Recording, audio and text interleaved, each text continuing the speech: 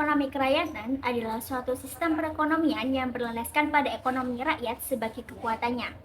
Ekonomi rakyat sendiri adalah kegiatan ekonomi di mana rakyat mengelola berbagai sumber daya ekonomi secara swadaya sesuai dengan kekuatan dan kemampuan mereka. Kemudian, ekonomi kerakyatan memiliki 5 ciri-ciri sebagai berikut. Yang pertama, mekanisme pasar berkeadilan menjadi tumpuan dengan cara menjalankan persaingan yang sehat. Persaingan antar pelaku usaha tidak dilakukan secara bebas tanpa batas, tetapi harus menjunjung tinggi etika dan kejujuran. Sistem ini mencegah oligopoli, monopoli, atau dominasi pasar oleh segelintir individu.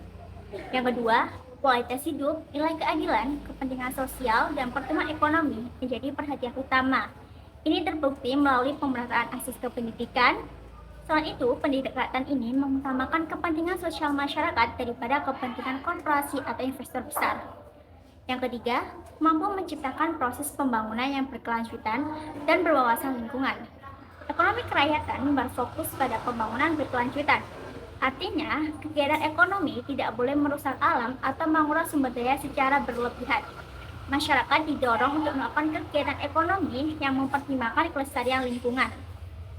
Yang keempat, memberikan jaminan akan diberikannya kesempatan yang sama bagi masyarakat untuk bekerja dan berusaha.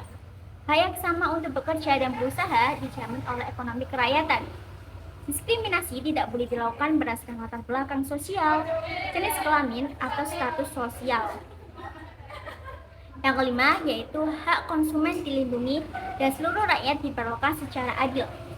Konsumen dianggap tidak hanya sebagai pembeli dalam sistem ekonomi kerakyatan, tapi juga sebagai bagian penting dari ekonomi yang harus dilindungi haknya.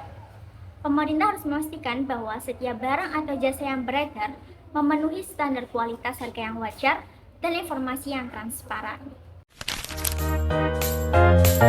Di sini saya akan menjelaskan tentang prinsip ekonomi kerakyatan yang sesuai dengan nilai perjuangan lokal. Pada slide ini menjelaskan ekonomi kerakyatan adalah sistem ekonomi yang menempatkan rakyat sebagai pelaku utama. Maksudnya, segala aktivitas ekonomi diarahkan untuk meningkatkan kesejahteraan masyarakat. Secara luas, bukan hanya menguntungkan kelompok tertentu. Sistem ini berlandaskan Pancasila sehingga nilai-nilai keadilan sosial dan pemerataan menjadi prinsip utama dalam setiap kegiatan ekonominya. Kemudian disebutkan bahwa ekonomi kerakyatan berdasar pada asas kekeluargaan dan gotong royong. Artinya kerjasama, solidaritas, dan saling membantu menjadi dasar dalam membangun perekonomian. Bukan persaingan bebas yang hanya menguntungkan pihak yang kuat, tetapi lebih kepada kolaborasi agar semua masyarakat dapat merasakan manfaatnya. Dalam sistem ini juga ditekankan pentingnya pemerataan sumber daya dan pemanfaatan potensi lokal. Ini berarti setiap daerah mendorong pengembangan potensi unik yang mereka miliki seperti sumber daya alam, produk budaya, atau kemampuan masyarakat setempat, sehingga kemandirian ekonomi daerah bisa tercapai. Nilai-nilai seperti gotong royong, kemandirian, dan tanggung jawab sosial mencerminkan semangat perjuangan bangsa. Artinya, sejak dulu masyarakat Indonesia menjunjung tinggi kerjasama dan kepedulian sosial. Nilai-nilai inilah yang ingin diterapkan kembali ke dalam pembangunan ekonomi agar tercipta keadilan sosial, kemandirian, dan kesejahteraan yang merata untuk seluruh rakyat Indonesia.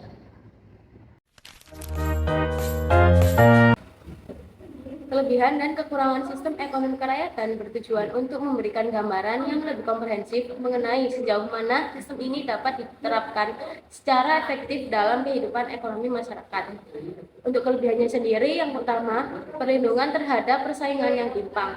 Sistem ekonomi kerakyatan memiliki keunggulan dalam menciptakan perlindungan bagi pelaku usaha kecil dan masyarakat secara umum dari persaingan yang tidak seimbang dengan pemilik modal besar. Yang kedua yaitu peningkatan kesejahteraan rakyat. Pemerataan kesejahteraan adalah tujuan utama dari ekonomi kerakyatan. Dengan sistem ini, orang dapat mengakses sumber daya ekonomi dan berpartisipasi dalam proses produksi, distribusi, dan konsumsi. Dengan demikian, masyarakat tidak hanya menjadi objek pembangunan saja, tetapi juga menjadi subjek yang ikut menentukan arah perekonomian. Untuk yang ketiga yaitu mengurangi kesenjangan ekonomi. Sistem ini berupaya menyeimbangkan distribusi kekayaan dan kekuasaan ekonomi agar tidak konsentrasi hanya pada kelompok tertentu. Dengan memberdayakan masyarakat kecil dan menengah, kesenjangan di antara kelompok kaya dan kelompok miskin dapat ditekankan. Yang keempat yaitu penciptaan lapangan kerja yang luas. Ekonomi kerakyatan berperan besar dalam menyerap tenaga kerja melalui berbagai sektor seperti UMKM, koperasi, dan usaha rakyat lainnya. Karena sifatnya padat karya, sistem ini mampu membuka banyak peluang kerja bagi masyarakat, terutama di daerah yang belum tersentuh industri besar. Dampaknya, tingkat pengangguran dapat ditekan dan masyarakat memiliki sumber penghasilan yang lebih stabil. Untuk selanjutnya yaitu kelemahan. Yang pertama, keterbatasan modal usaha. Salah satu hambatan utama dari penerapan ekonomi kerakyatan adalah terbatasnya modal yang dimiliki oleh pelaku usaha rakyat. Minimnya akses terhadap lembaga keuangan, jaminan, atau bantuan modal seringkali membuat usaha itu sulit berkembang ke skala yang lebih besar. Yang kedua yaitu manajemen dan sumber daya manusia yang belum optimal. Kelemahan lain muncul dari segi pengelolaan usaha. Banyak pelaku ekonomi kerakyatan belum memiliki kemampuan manajerial yang kuat, baik dalam perencanaan bisnis, pengelolaan keuangan, maupun strategi pemasaran.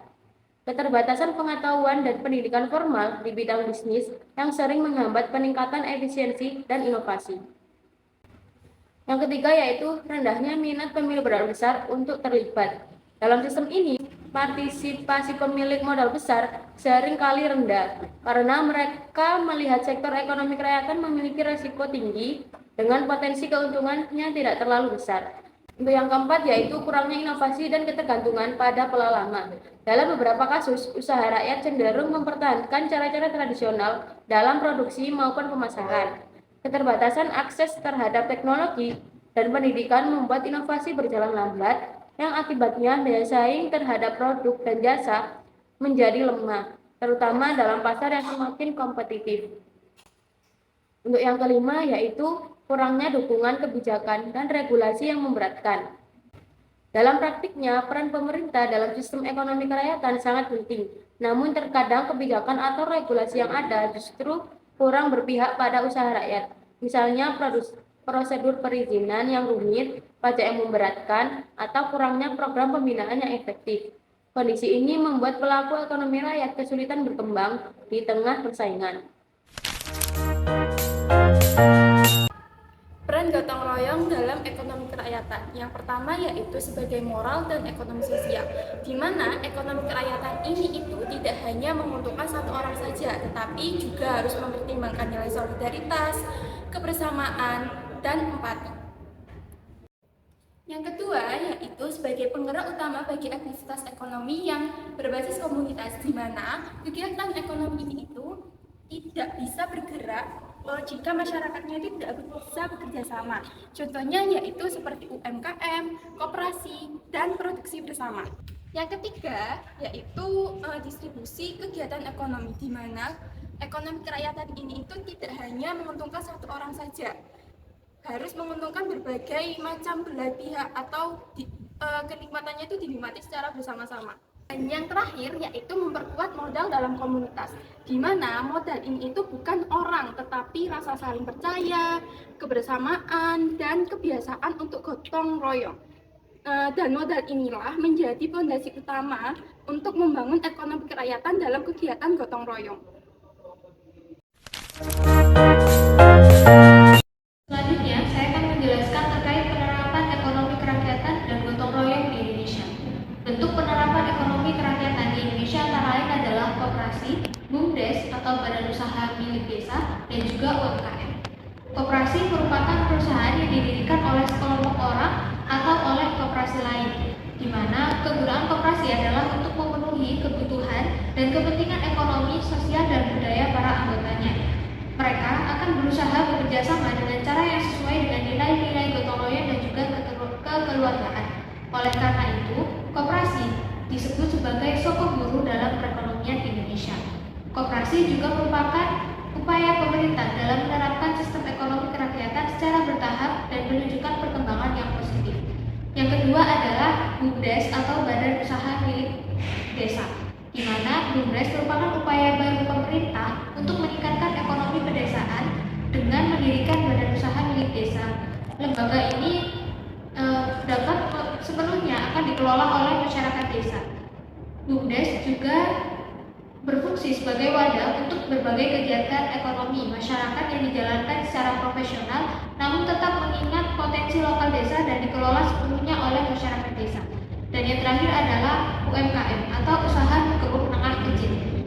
Pada tahun 2017, tercatat ada sekitar 57,8 juta pelaku UMKM di Indonesia, dan sejumlah ini diperkirakan terus meningkat setiap tahunnya.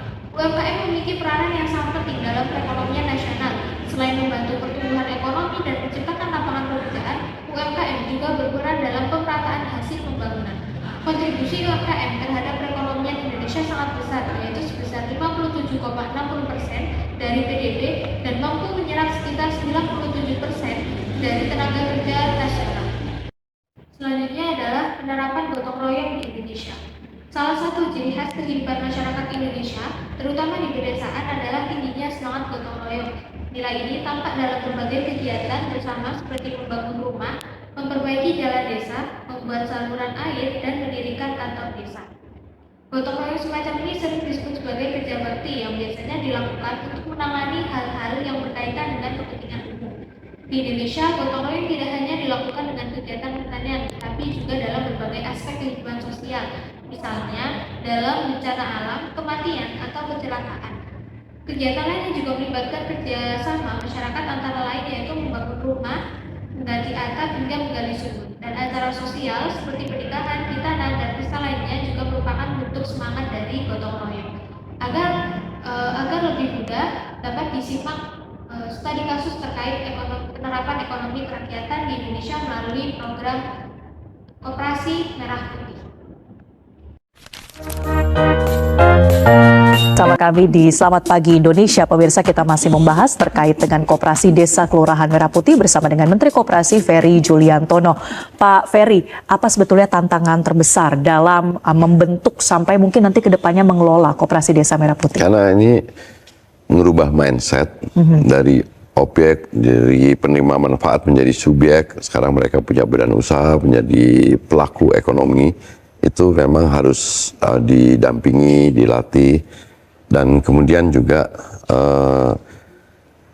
masyarakat desa itu yang sarjana memang hanya 5%, Mbak. Gitu.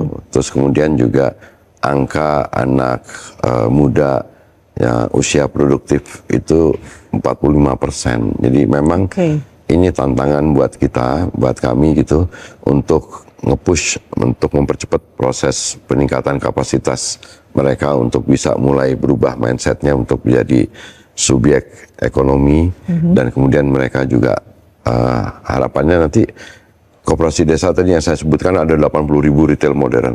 Jadi dari sisi penyerapan lapangan pekerjaan, kalau satu koperasi desa Kelurahan Merah Putih bisa nyerap 20 orang sebagai pengurus, pengelola, manajer dari koperasi desa Kelurahan Merah Putih, itu kan 80.000 kali 20 orang itu udah 1,6 juta. Belum lagi kalau ada masyarakat di desa itu yang menjadi anggota. Rata-rata usia dewasa di setiap desa itu ribuan lah, 4.000-an. Tapi kita ambil angka yang konservatif 500 orang itu, berarti kalau 80.000 kali 500 orang lah gitu. Itu kan udah 40 jutaan. Dalam video tadi terkait program Koperasi Merah Putih, program Koperasi Merah Putih merupakan inisiatif besar pemerintah Indonesia yang ditujukan untuk memperkuat ekonomi desa sebagai basis struktur ekonomi nasional. Inisiatif ini menjadi bagian dari upaya strategis dalam memperkuat perekonomian kerakyatan melalui lembaga koperasi yang berbasis prinsip gotong royong dan kekeluargaan. Program ini muncul sebagai respon terhadap tantangan ekonomi lokal seperti rendahnya akses modal, kurangnya partisipasi ekonomi masyarakat desa, serta lemahnya posisi tawar-menawar antara petani dan juga pelaku UMKM di pasar. Dengan adanya Koperasi Merah Putih dapat mendorong peningkatan kesejahteraan masyarakat desa melalui pemberdayaan ekonomi bersama, pemberian layanan ekonomi langsung seperti unit usaha simpan pinjam, distribusi sembako, klinik desa, apotik, dan fasilitas cold storage. Kemudian peningkatan akses modal dan layanan keuangan, dan yang tadi adalah modernisasi digital koperasi.